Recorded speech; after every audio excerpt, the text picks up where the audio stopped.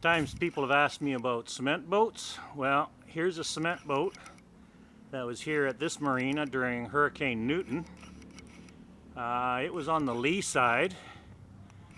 6 boats sank on the windward side of where the swell came from. But you can see this one did not fare well at all. That's the beating it took.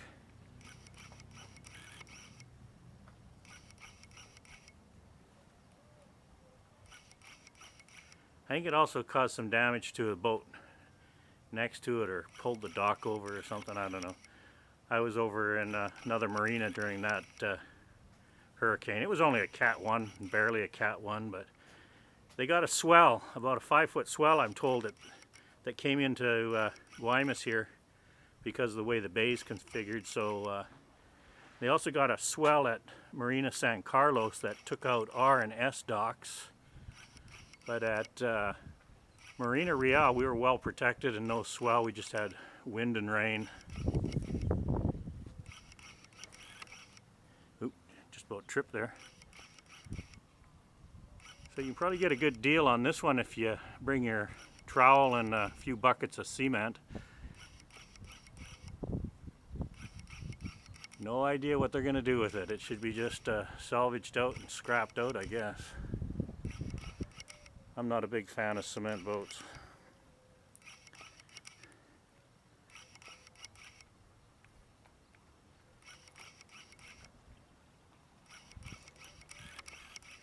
Hey, look at this side. She's just like new. Audacious. Audacious. Yeah, a Ketch cutter rigged.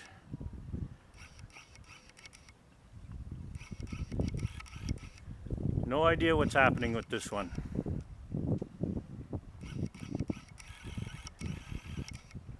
I don't know why anybody would be paying for storage, but this is it. It's I think it's seen its last days afloat.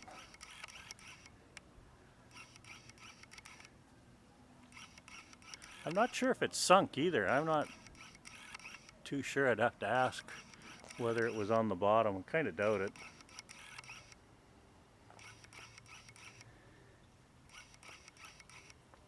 Anyway, if you wanted to see how a cement boat fares, not well.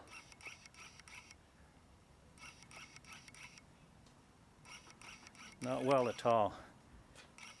Remember there was a bunch of fishing boats that were sunk here too, but I guess they've cut all them up because those ones over there are being used. Part of the shrimp fleet.